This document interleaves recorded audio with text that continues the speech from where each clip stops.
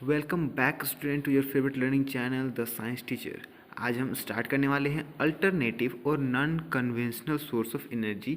एक हमारा थर्ड इसका टॉपिक है 14th चैप्टर का non conventional source of energy के बारे में हम देखेंगे। इससे पहले हमने क्या देखा, कन्वेंशनल सोर्स ऑफ एनर्जी, जो पारंपरिक क्या क्या एनर्जी के सोर्स थे।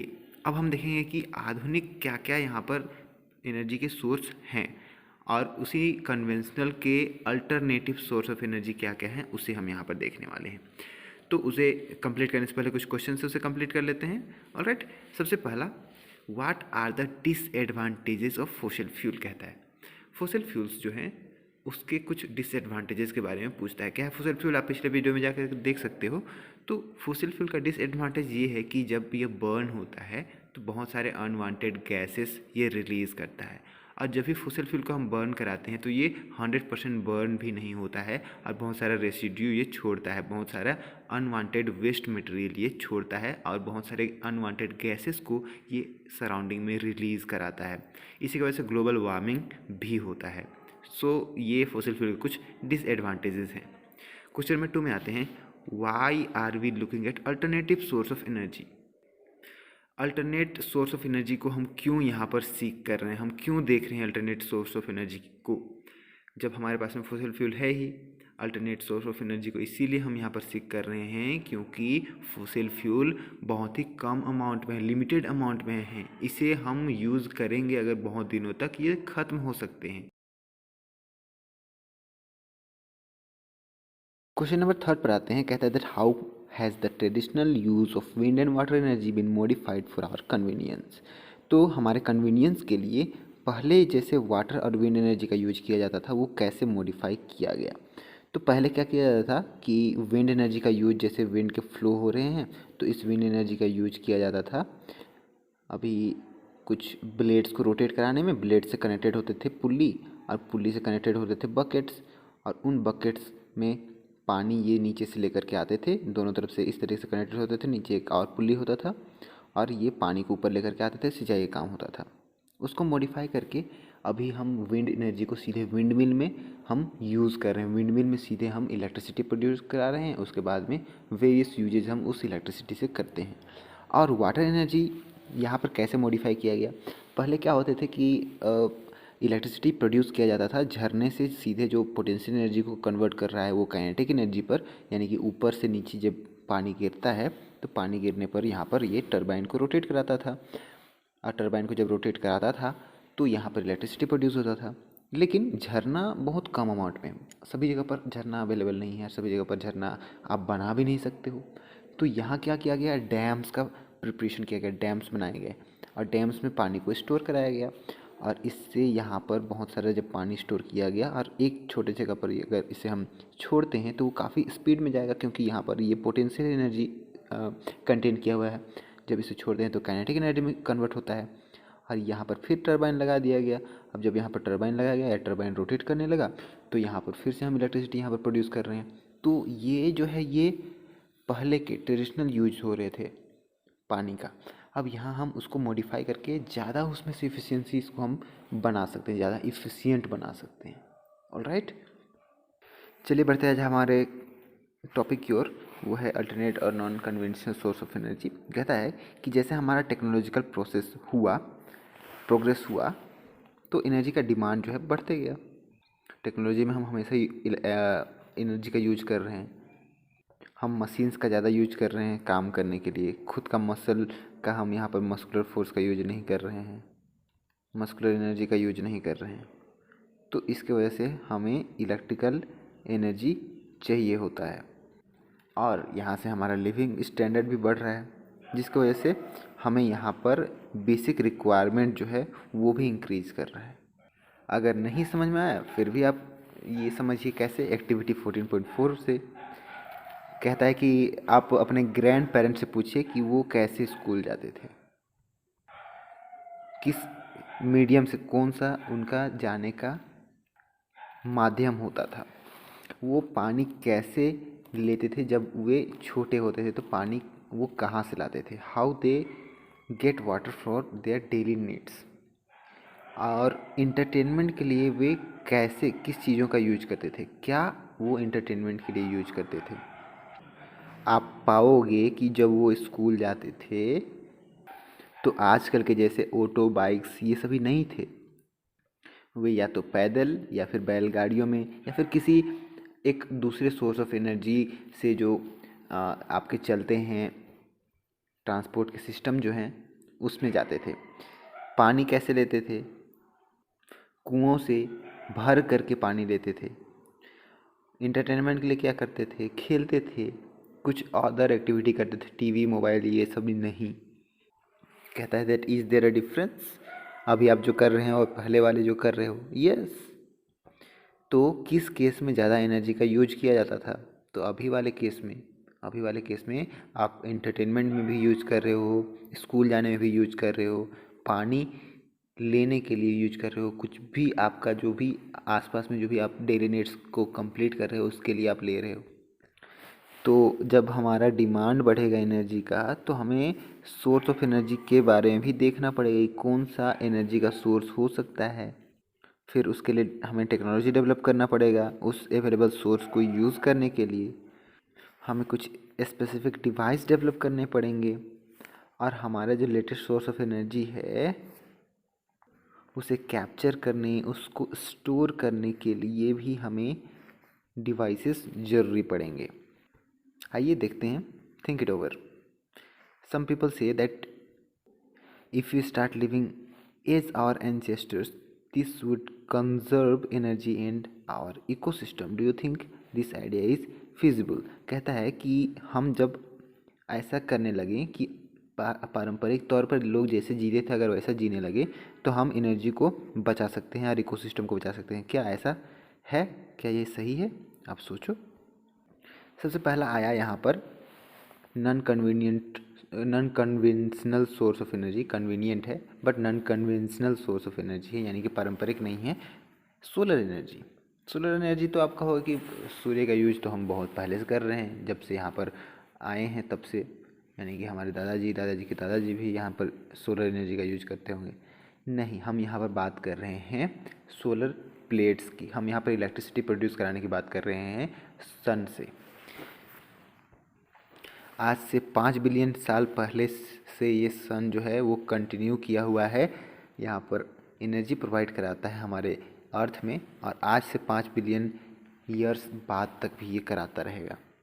आगे क्या होगा 5 बिलियन साल के बाद पता चलेगा। ऑलराइट, अब उस सन से जो भी एनर्जी यहाँ प्रोड्यूस हो रहा है तो अर्थ पर पहुँच रहा है वो बहुत छोटा अमाउंट ऑफ एनर्जी पहुँच रहा है, बाकी तो पार हो जा रहा है। तो वो जो छोटा अमाउंट ऑफ एनर्जी जो है उसमें से भी आधा एब्जॉर्ब हो जा रहा है कहाँ, हमारा जो एटमॉस्फेयर है वहाँ, और हमारे तक जो पहुँच रहा है वो उसमें से आधा पहुँच रहा है। सोचिए एक्चुअल में कितना सन एनर्जी प्रोड्यूस करता होगा। और इंडिया जो है वो स्पेशली लकी है क्योंकि ये सोलर एनर्जी को ज़्यादा साल के बहुत ज़्यादा टाइम तक ये ले लेता है।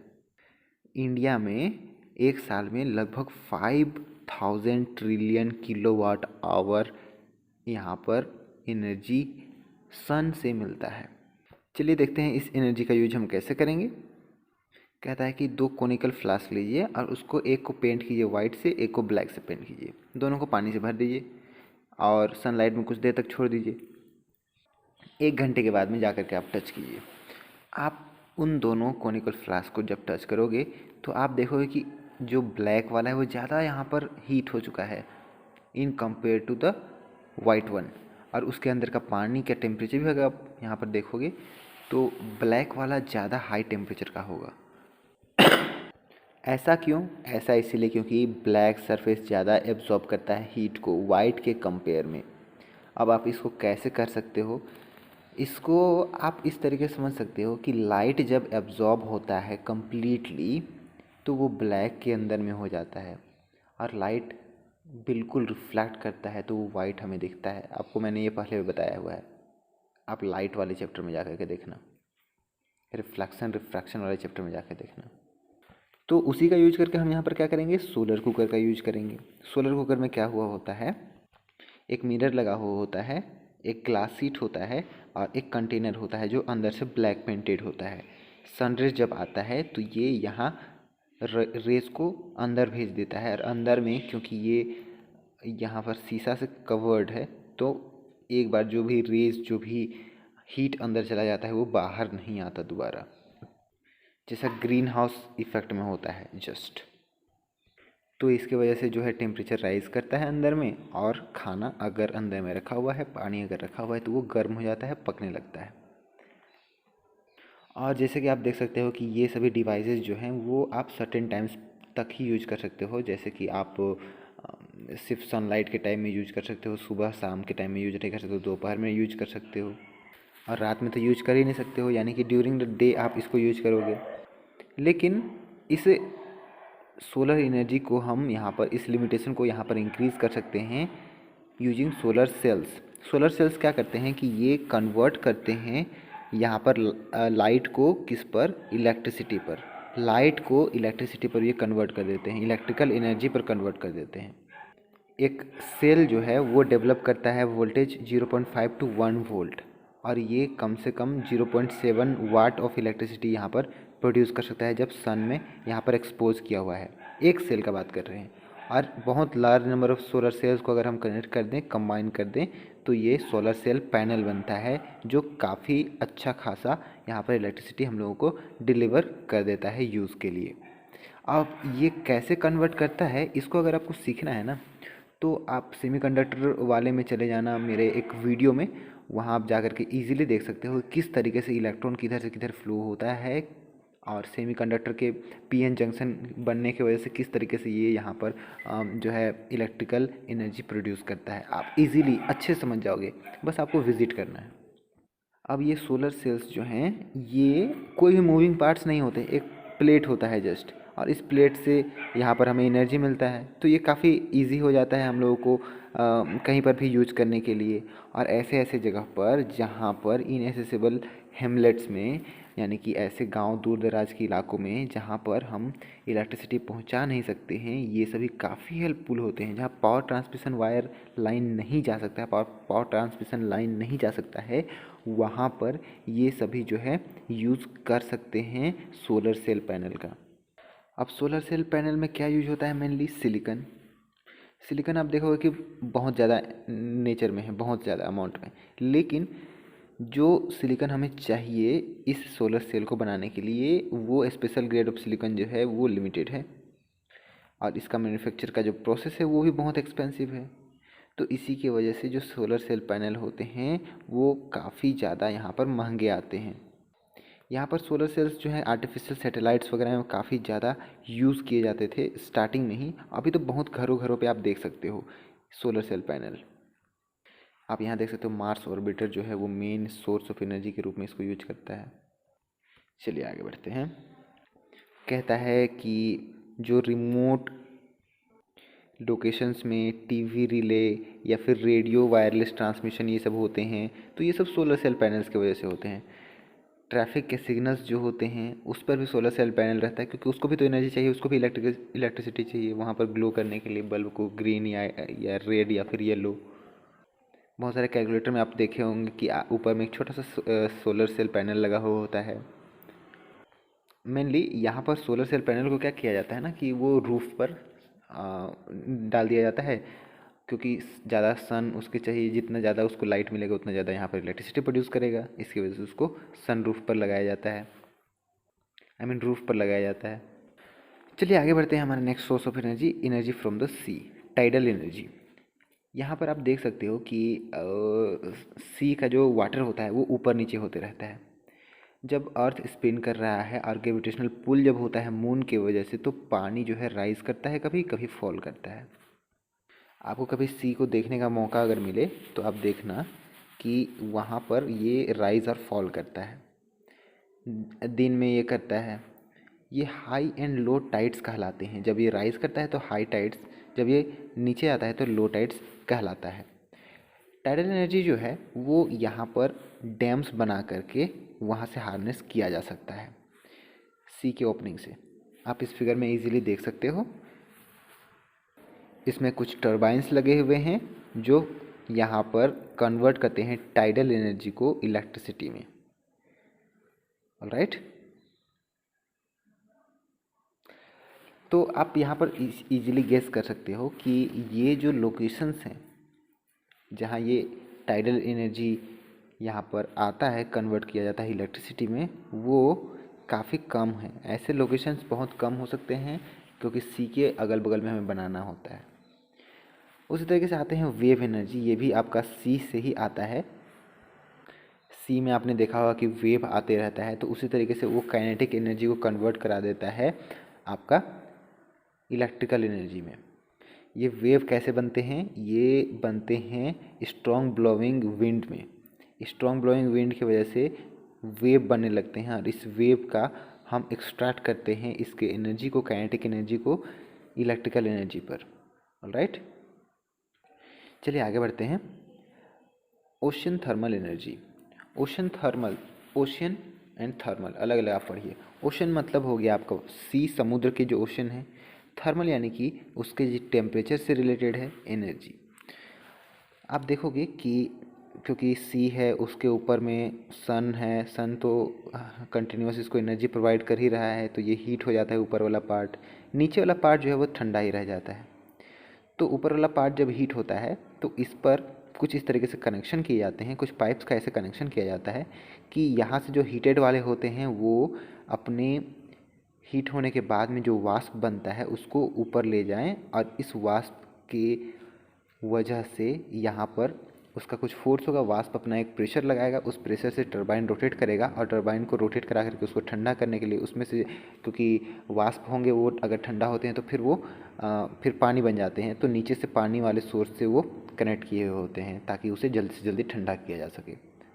आप इस फिगर में अच्छे से देख सकते हो किस तरीके से आप यहाँ पर फिजिकल और आप समझ सकते हो किस तरीके से ये काम कर रहा है।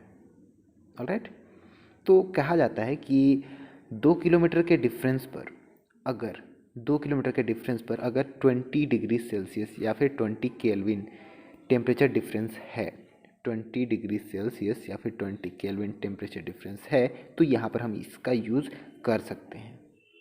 ऊपर का जो वार्म सरफेस होता है वाटर का, वो अमोनिया को यहाँ पर बॉयल कराने में यूज होता है और अमोनिया से जो वेपर होते हैं वो उसी तरीके से फिर टरबाइन करते हैं, टरबाइन को रोटेट करते हैं, जनरेटर को रोटेट करते हैं, उसमें से इलेक्ट्रिसिटी यहाँ पर बनता है। और डेप्थ से कोल्ड वाटर को पंप किया जाता है ऊपर तक और फिर वहाँ पर उसे ठंडा किया जाता है, फिर से वो अमोनिया हम लोगों को मिल जाता है लिक्विड फॉर्म में।